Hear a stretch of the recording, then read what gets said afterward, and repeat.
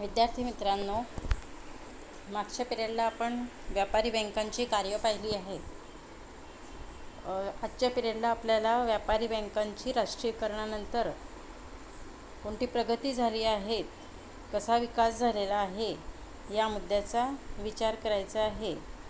तर 1955 पूर्वी सर्व व्यापारी बँका या खाजगी मालकीच्या होत्या. 1955मध्ये भारत सरकारने इम्पिरियल बँक ऑफ इंडियाची मालकी ही स्वतःकडे घेतली व त्या बँकेला स्टेट बँक ऑफ इंडिया या नावाने ओळखले जाऊ लागले. याचा अर्थ 1955मध्ये स्टेट बँकेचं राष्ट्रीयीकरण झालं आणि स्टेट बँकेचं पूर्वीचं नाव हे इम्पिरियल बँक ऑफ इंडिया असं होतं आणि राष्ट्रीयीकरणानंतर तिचं नाव स्टेट बँक ऑफ इंडिया असे ठेवण्यात आले. 1969मध्ये 14 व्यापारी बँकांचं राष्ट्रीयीकरण करण्यात आलं. 1980मध्ये आणखी 6 बँकांचं राष्ट्रीयीकरण करण्यात आलं. तर व्यापारी बँकांनी सर्व क्षेत्राला कर्जपुरवठा करावा हा उद्देश राष्ट्रीयीकरणामागे होता. कारण 1969 पूर्वी व्यापारी बँका खाजगी क्षेत्रात होत्या आणि त्यामुळे त्या जे लोक खरोखर गरजू आहेत आणि ज्या क्षेत्राचा विकास व्हायला पाहिजे त्या क्षेत्राला त्या कर्जपुरवठा करत नव्हत्या. तसेच शेतीला त्या कर्जपुरवठा करत नव्हत्या. त्यांच्या मते शेती क्षेत्र हे निसर्गावर आधारित आहे आणि जर निसर्गाने साथ दिली नाही तर शेतीतून उत्पादन येत नाही, शेती क्षेत्रातील उत्पादनात घट होते आणि पर्यायाने शेतकऱ्याला नुकसान सहन करावं लागल्यामुळे तो बँकेचं घेतलेलं कर्ज परत करणार नाही. म्हणून व्यापारी बँका ह्या शेतीला कर्जपुरवठा न करता औद्योगिक क्षेत्राला कर्जपुरवठा करत होत्या. पण त्यामुळे शेती क्षेत्र दुर्लक्षित झालं. अन्नधान्याच्या उत्पादनात घट होऊन भारतामध्ये दुष्काळ पडू लागले आणि ही दुष्काळाची स्थिती पाहून शासनाच्या असं लक्षात आलं की शेतीला भांडवल पुरवठा, कर्जपुरवठा हा होणं गरजेचं आहे. त्याशिवाय शेती क्षेत्रातील उत्पादनात वाढ होणार नाही. त्याचप्रमाणे गरजू लोकांनासुद्धा जर कर्ज मिळालं तर त्यांची आर्थिक स्थिती सुधारण्यास मदत होईल. तसेच सावकारांकडून अशिक्षित अज्ञानी लोकांची पिळवणूक मोठ्या प्रमाणावर केली जात होती. अशा रीतीने विविध कारणास्तव 19 जुलै 1969मध्ये 14 व्यापारी बँकांचं राष्ट्रीयीकरण हे करण्यात आलं. तर राष्ट्रीयीकरणानंतर व्यापारी बँकांची प्रगती कशी झाली याचा विचार आता आपल्याला करायचा आहे. त्यातील पहिला मुद्दा आहे केंद्र सरकारची मालकी. तर 1969मध्ये 14 व्यापारी बँकांचं राष्ट्रीयीकरण झालं आणि 1980मध्ये आणखी 6 बँकांचं राष्ट्रीयीकरण झालं आणि ज्या बँका पूर्वी खाजगी क्षेत्रात होत्या, खाजगी मालकीच्या होत्या, त्या सरकारच्या मालकीच्या झाल्या. तर अशा रीतीने बँकांवर मालकी केंद्र सरकारची निर्माण झाली. राष्ट्रीयकृत बँका त्या झाल्या आणि त्यामुळे केंद्र सरकारच्या म्हणण्यानुसार त्यांना नियमांचं पालन हे करावं लागलं. त्यात रिझर्व्ह बँकेला शिखर बँक ठरवण्यात आलं आणि रिझर्व्ह बँक सर्व व्यापारी क्षेत्रावरती नियंत्रण प्रस्थापित करण्याचं कार्य करू लागली. तर अशा रीतीने 1969 नंतर म्हणजेच राष्ट्रीयीकरणानंतर बँकांची मालकी बदलली. जी बँक खाजगी क्षेत्रात होती ती राष्ट्रीयकृत झाल्यामुळे ती केंद्र सरकारच्या मालकीची झाली. दुसरा मुद्दा आहे प्रवृत्तीत बदल. तर राष्ट्रीयीकरणानंतर व्यापारी बँकांच्या प्रवृत्तीत बदल झाला. प्रवृत्ती अशी बदलली की ज्या बँका केवळ स्वार्थाचा विचार करत होता, नफ्याचा विचार करत होत्या आणि शेतीला त्या कर्जपुरवठा करत नव्हत्या, त्यांना असं वाटत होतं की शेती क्षेत्रात जर नुकसान सहन करावं लागलं तर दिलेलं कर्ज परत येणार नाही आणि म्हणून त्या फक्त औद्योगिक क्षेत्राला कर्जपुरवठा करत होत्या. पण शेती क्षेत्राचा विकास होणं गरजेचं होतं आणि राष्ट्रीयीकरणानंतर शेतीचं महत्त्व लक्षात घेऊन व्यापारी बँका शेतीलाही मोठ्या प्रमाणावर कर्ज पुरवू लागल्या. त्याचप्रमाणे ज्या लोकांना खरोखर गरज आहे तर अशा गरजू लोकांनासुद्धा व्यापारी बँकांकडून भेदभाव न करता कर्जपुरवठा होऊ लागला.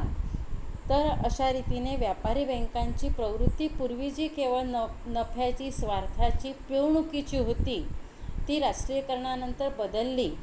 तर विविध उद्दिष्टांनी राष्ट्रीयकृत बँका ह्या कार्य करू लागल्या. तर अशा रीतीने राष्ट्रीयकरणानंतर व्यापारी बँकांच्या प्रवृत्तीत फार मोठा बदल झाल्याचं आपल्याला दिसून येतं. तिसरा मुद्दा, शाखा विस्तार. तर राष्ट्रीयकरणानंतर व्यापारी बँकांच्या शाखांमध्ये फार मोठ्या प्रमाणावर वाढ होत असल्याचं दिसून येत आहे. व्यापारी बँकेच्या शाखेत दिवसेंदिवसच मोठ्या प्रमाणावर वाढ होत आहे. आणि महत्त्वाचं म्हणजे व्यापारी बँकांवरचा लोकांचा विश्वास वाढल्यामुळे व्यापारी बँकांमधील ठेवीदारांची संख्यासुद्धा वाढलेली आहे. ग्रामीण भागातही व्यापारी बँका आपल्या शाखा स्थापन करीत आहे. 1969 देशात व्यापारी बँकांच्या एकूण 8,262 शाखा होत्या. 1991 त्या 60,920 झाल्या.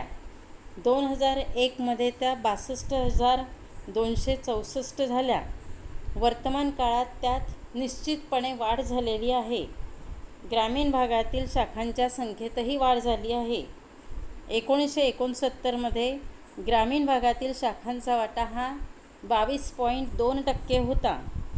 2001 त्यात 56.2 इतकी वाढ झाली. ग्रामीण भागाचा विकास घडवून आणणे हे व्यापारी बँकांचं उद्दिष्ट आहे व नफा कमवणं हे दुय्यम उद्दिष्ट आहे. म्हणून राष्ट्रीयकरणानंतर व्यापारी बँकांनी आपल्या शाखा ग्रामीण भागात सुरू केल्या आहेत. आज जर पाहिलं तर ग्रामीण भागामध्ये सुद्धा व्यापारी बँका आपल्या शाखा या स्थापन करत आहे. तर अशा रीतीने राष्ट्रीयकरणानंतर व्यापारी बँकांच्या शाखा विस्तार हा मोठ्या प्रमाणावर झाल्याचं दिसून येतं आहे. शाखांची संख्याही मोठ्या प्रमाणावर झाली आहे. केवळ नफा हे मुख्य उद्दिष्ट न ठेवता ग्रामीण भागाचा विकास करणं हे सुद्धा उद्दिष्ट ते ठेवू लागलेले आहे. आणि ग्रामीण भागातसुद्धा त्या आपल्या शाखा स्थापन करत आहे. आत्ता आपण आकडेवारी पाहिली आणि त्या आकडेवारीवरून आपल्याला दिसतं आहे की व्यापारी बँकांच्या शाखांमध्ये दिवसेंदिवस प्रचंड प्रमाणात वाढ होत आहे. तिसरा मुद्दा आहे ठेवींमध्ये वाढ. ज्याप्रमाणे व्यापारी बँकांचा शाखा विस्तार मोठ्या प्रमाणावर झाला, त्याचप्रमाणे व्यापारी बँकांमध्ये जमा होणाऱ्या ठेवींमध्येही दिवसेंदिवस मोठ्या प्रमाणावर वाढ होत आहे असे दिसून येत आहे. व्यापारी बँकांनी आपल्या कार्यात सुधारणा केल्यामुळे तसेच त्या राष्ट्रीयकृत झाल्यामुळे लोकांचा व्यापारी बँकांवरचा विश्वास बसू लागला आणि लोकांनासुद्धा बँकांचं कार्य कळू लागलं. लोक आपला पैसा बँकेत ठेवू लागले आणि त्यामुळे बँकांकडे जमा झालेल्या ठेवीत दिवसेंदिवस वाढ होत आहे. तर बचत करण्याचं महत्त्वसुद्धा लोकांना कळतं आहे आणि पैसा सुरक्षित राहावा, बचतीवर व्याज मिळावं आणि त्यानिमित्ताने बचत व्हावी, अशा अनेक उद्दिष्टांनी लोक आपला पैसा बँकांमध्ये ठेवत आहे. आणि विशेष म्हणजे राष्ट्रीयकृत बँकांवरती लोकांचा विश्वास हा जास्त असतो आणि त्यामुळे सुद्धा व्यापारी बँकांमध्ये मोठ्या प्रमाणावर ठेवी जमा होत आहे. ठेवींच्या आधारावर व्यापारी बँका ह्या कर्जपुरवठा करीत असतात. ठेवी मोठ्या प्रमाणावर जमा झाल्यामुळे बँकांकडे सुद्धा मोठ्या प्रमाणावर पैसा शिल्लक आहे आणि त्या मोठ्या प्रमाणावर कर्जपुरवठा करू लागलेल्या आहे. त्यामुळे पतपैशातही मोठ्या प्रमाणावर वाढ झालेली आहे. आणि महत्त्वाचं असं झालं, मधल्या काळामध्ये पतपेढ्या ज्या छोट्या छोट्या गावांमध्ये सुद्धा डझनोगंती निर्माण झाल्या होत्या, त्या लगेचच थोड्या कालावधीतच बंद पडल्या. कारण त्यांचं कार्य हे चुकीचं पद्धतीचं होतं आणि त्यामुळे त्या बंद पडल्या. आणि त्या बंद पडल्यामुळे लोकांचा खाजगी क्षेत्र आणि सहकारी क्षेत्रावरील विश्वास उडाला आणि राष्ट्रीयकृत बँकांमध्ये लोक आपला पैसा ठेवू लागले आणि म्हणूनही व्यापारी बँकांमधील ठेवी एवढ्या प्रमाणावर वाढल्या की व्यापारी बँका आता उलट कर्जाची जाहिरात करू लागलेल्या आहेत. काही वर्षापूर्वी व्यापारी बँका कर्ज देण्याला सुद्धा गरजू लोकांना खूप त्रास देत होते. 10-10, 15-15 त्यांना फेऱ्या माराव्या लागायच्या, तरीसुद्धा त्यांचं कर्ज सँक्शन होत नव्हतं. पण आज तशी परिस्थिती राहिलेली नाही. व्यापारी बँका उलट जाहिराती करतात आणि लोकांना जास्तीत जास्त कर्जपुरवठा या करत आहे. तर अशा रीतीने राष्ट्रीयकरणानंतर व्यापारी बँकांच्या ठेवींमध्येही वाढ झाली आणि त्याचप्रमाणे पतपैशातही मोठ्या प्रमाणावर वाढ झाली. 5वा मुद्दा आहे अग्रक्रम क्षेत्राला कर्जपुरवठा. अग्रक्रम याचा अर्थ क्रम क्षेत्राला कर्जपुरवठा. शासनाने काही क्षेत्र असे निवडलेले असतात किंवा काही क्षेत्र दुर्लक्षित असतात, त्यांचा विकास होणं गरजेचं असतं आणि त्यासाठी त्या क्षेत्रांना जर कर्जपुरवठा जास्त झाला तर त्यांचा विकास वेगाने होईल आणि या उद्देशाने सुद्धा काही क्षेत्र हे प्राधान्यक्रमाने निवडलेले जात असतात. अशा क्षेत्रांना सुद्धा व्यापारी बँका मोठ्या प्रमाणावर कर्जपुरवठा करत आहे. तर त्यामध्ये आहे शेती, लघुउद्योग, व्यापार, वाहतूक, दळणवळण, पाणीपुरवठा, वीज पुरवठा या क्षेत्राला सुद्धा व्यापारी बँका मोठ्या प्रमाणावर कर्जपुरवठा करत आहे. एवढंच नाही तर काही क्षेत्रांना सबसिडीसुद्धा दिली जाते. सबसिडी याचा अर्थ अनुदान दिलं जातं. कर्ज देत असताना काही प्रमाणात त्यांना अनुदान दिलं जातं. कर्ज हे घेतलेलं परत करायचं असतं, पण अनुदान मात्र परत करावं लागत नाही. जर आपण आकडेवारीचा विचार केला तर 1998मध्ये व्यापारी बँकांनी अग्रक्रमित क्षेत्राला 15,104 कोटी रुपये कर्ज पुरवलं होतं. 1999मध्ये 17,216 कोटी रुपये इतके कर्ज पुरवण्यात आले. तर दिवसेंदिवस व्यापारी बँका अग्रक्रम क्षेत्राला जास्तीत जास्त कर्जपुरवठा करत आहे आणि त्यामुळे ज्या क्षेत्राचा विकास व्हायला पाहिजे त्या क्षेत्राचा विकास होत आहे. कारण राष्ट्रीयकरणापूर्वी त्या लघुउद्योगाला, शेतीला तसंच व्यापाऱ्यांना कर्ज देत नव्हत्या, कर्ज देण्यास नाराज होत्या. पण राष्ट्रीयकरणानंतर मात्र शेती, लघुउद्योग, व्यापार, वाहतूक, दळणवळण, वीज पुरवठा, पाणीपुरवठा या क्षेत्राला सुद्धा त्या मोठ्या प्रमाणावर पुरवठा करू लागलेल्या आहे आणि त्यामुळे या क्षेत्रांचा विकास व्हायला मदत झालेली आहे. आज आपण बघतो की शेती आधुनिक पद्धतीने मोठ्या प्रमाणावर केली जात आहे. निर्यात ही आपल्या देशातून शेतमालाची मोठ्या प्रमाणावर होत आहे. शेतकरी आधुनिक तंत्रज्ञानाचा वापर करून शेती करत आहे आणि हे केवळ बँकांच्या सहकार्यामुळे बँका शेती क्षेत्राला जो कर्जपुरवठा करत आहे त्यामुळेच ते शक्य होत आहे. तसेच औद्योगिक क्षेत्राचा विकाससुद्धा वेगाने होत आहे. संगणकीकरण हे औद्योगिक क्षेत्रामध्ये मोठ्या प्रमाणावर झालेलं आहे. निर्यातीत वाढ झालेली आहे. तर बँका औद्योगिक क्षेत्रालाही कर्जपुरवठा करत आहे आणि त्यामुळेच औद्योगिक क्षेत्राचा विकासही मोठ्या प्रमाणावर होत आहे. तर अशा रीतीने अग्रक्रम क्षेत्राला कर्जपुरवठा करण्याससुद्धा बँका पुढाकार घेत आहे. जे क्रम क्षेत्र आहे त्यांना मोठ्या प्रमाणावर कर्जपुरवठा करत आहे आणि त्यामुळे त्यांचा विकास व्हायला मदत होत आहे. पुढचा मुद्दा आहे रोजगार निर्मिती व दारिद्र्य निर्मूलन. तर भारतामध्ये दारिद्र्याची आणि बेरोजगारीची समस्या फार मोठी आहे. याचा विचार आपण मागच्या प्रकरणांमध्ये केलेलाच आहे. तर आणि दारिद्र्य आणि रोजगार निर्मिती हे दोन्ही प्रश्न असे आहेत की ते एकमेकांशी संबंधित आहे. दारिद्र्य आहे म्हणून लोक बेरोजगार असतात आणि ते बेरोजगार असतात म्हणून ते दारिद्र्य रेषेखाली जीवन जगत असतात. कारण बेरोजगार असल्यामुळे त्यांच्याकडे उत्पन्नाचं साधन नाही, उदरनिर्वाहाचा प्रश्न त्यांच्यासमोर असतो आणि म्हणून त्यांना दारिद्र्यात जीवन जगावं लागतं. तसंच दारिद्र्य आहे म्हणून ते कोणताही छोटा मोठा व्यवसायसुद्धा करू शकत नाही, कारण त्यांच्याकडे असलेलं भांडवल नाही आणि म्हणून ते बेरोजगार असतात. अशा रीतीने ह्या दोन्ही समस्या ह्या एकमेकांशी संबंधित अशा आहे. तर या दोन्ही समस्या सोडवण्यासाठी शासनाचा रोजगार निर्मितीवर व दारिद्र्य निर्मूलनावर भर आहे. शासन बेरोजगारी कमी करण्यासाठी आणि दारिद्र्य कमी करण्यासाठी अनेक उपाययोजना ह्या अंमलात आणत असते आणि त्यासाठी व्यापारी बँकांनासुद्धा हाताशी घेतलं जात असतं. तर शासनाच्या कार्यात व्यापारी बँका या मोठ्या प्रमाणावर सहभागी असतात. शासनामार्फत रोजगार निर्मिती व दारिद्र्य निर्मूलनासाठी अनेक योजना पुरवल्या जातात.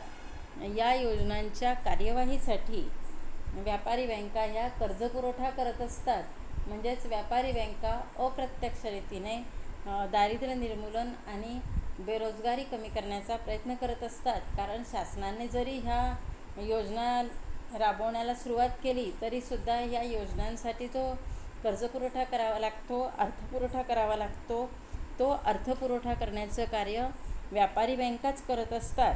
आणि म्हणून बेरोजगारी व दारिद्र्याची समस्या कमी करण्यासाठी व्यापारी बँका ह्या प्रयत्नशील असतात असे म्हटले जाते. आणि नाही म्हणायला बरेच असं दारिद्र्याचं प्रमाण हे शासकीय योजनांच्या अंमलबजावणीमुळे झालेलं आहे. अनेक लोकांना रोजगाराचं साधन मिळून त्यांचा उदरनिर्वाहाचा प्रश्न मिटलेला आहे. त्यांची बेरोजगारीची समस्या त्यामुळे देशातील कमी होण्यास मदत झालेली आहे. पुढचा मुद्दा आहे ग्रामीण भागाचा विकास. तर व्यापारी बँकांच्या राष्ट्रीयकरणामुळे ग्रामीण भागाचा विकास व्हायलाही मदत झालेली आहे. कारण व्यापारी बँका शहरी भागाप्रमाणेच ग्रामीण भागातही स्थापन करण्यात आलेल्या आहे. आणि त्या ग्रामीण भागात स्थापन झाल्यामुळे ग्रामीण भागातील जे गरजू नागरिक आहेत, शेतकरी आहेत, लघु उद्योजक, कुटीर उद्योजक आहे, छोटे व्यापारी, दुकानदार, व्यावसायिक आहे, त्यांनासुद्धा या व्यापारी बँका कर्जपुरवठा करत आहे. आणि ग्रामीण भागातील जनतेलासुद्धा बचतीचं महत्त्व कळून ग्रामीण भागातील जनतासुद्धा बँकांमध्ये आपला पैसा गुंतवत आहे. तर त्यामुळे ग्रामीण भागाचा विकास व्हायला मदत झालेली आहे. अशा रीतीने व्यापारी बँकांमुळे ग्रामीण भागाचा विकास व्हायलाही मदत झालेली आहे. पुढचा मुद्दा आहे पतनिर्मितीत वाढ. तर वरती आपण एक मुद्दा पाहिलाच होता की व्यापारी बँकांकडे ठेवींचंही प्रमाण मोठ्या प्रमाणावर झालेलं आहे.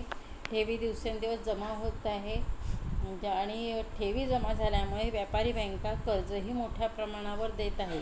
कारण व्यापारी बँकांकडे ठेवी किती प्रमाणावर जमा होत आहे यावरच त्यांचा कर्जपुरवठा हा अवलंबून असतो. दिवसेंदिवस राष्ट्रीयकरणानंतर व्यापारी बँकांमध्ये जमा होणाऱ्या ठेवींचं प्रमाण वाढत आहे. त्याचप्रमाणे व्यापारी बँकांवरचा लोकांचा विश्वास वाढल्यामुळे व्यापारी बँकांमध्ये लोक जास्त पैसा गुंतवत आहे, ठेवत आहे. आणि या पैशाचा उपयोग, या ठेवीचा उपयोग व्यापारी बँका गरजू लोकांना, गरजू क्षेत्राला कर्ज देण्यासाठी करतात. आणि त्यामुळे पतपैशाची निर्मितीसुद्धा मोठ्या प्रमाणावर होत आहे. तर अशा रीतीने व्यापारी बँका पतनिर्मितीचं जे कार्य करतात तर त्या कार्यात ठेवींमध्ये वाढ झाल्यामुळे आणि कर्जपुरवठ्यात वाढ झाल्यामुळे पतनिर्मितीतसुद्धा मोठ्या प्रमाणावर वाढ होत आहे. तर अशा रीतीने राष्ट्रीयकरणानंतर व्यापारी बँकांची प्रगती ही निश्चितपणे झालेली आहे आणि देशाच्या आर्थिक विकासात त्या प्रत्यक्ष व अप्रत्यक्षपणे मदत करत आहे. बेरोजगारी, दारिद्र्याचा प्रश्न हा व्यापारी बँका सोडवण्यास अप्रत्यक्षपणे मदत करत आहे. पतनिर्मितीत वाढ करत आहे आणि त्यामुळे चलन वाढून अर्थव्यवस्थेतील आर्थिक व्यवहारात वाढून आर्थिक विकासाचा दरसुद्धा उंचावत आहे. तसेच ग्रामीण भागाचा विकास होण्याससुद्धा व्यापारी बँकांची भूमिका ही अतिशय महत्त्वाची आहे. कारण भारताचा विचार केला तर भारतात 70% भाग हा ग्रामीण भाग आहे. आणि हा ग्रामीण भागच जर दुर्लक्षित राहिला तर देशाचा बराचसा भाग हा अविकसित राहणार आहे, त्याचा विकास होणार नाही आहे. आणि म्हणून ग्रामीण भागाचा विकास होणंसुद्धा गरजेचं आहे. आणि विकास होण्यासाठी भांडवलाची, वित्ताची गरज असते. आणि व्यापारी बँका ग्रामीण भागात स्थापन झाल्यामुळे त्या भागाला भांडवल मिळून, वित्तपुरवठा मिळून त्या भागाचा विकास व्हायला मदत झालेली आहे.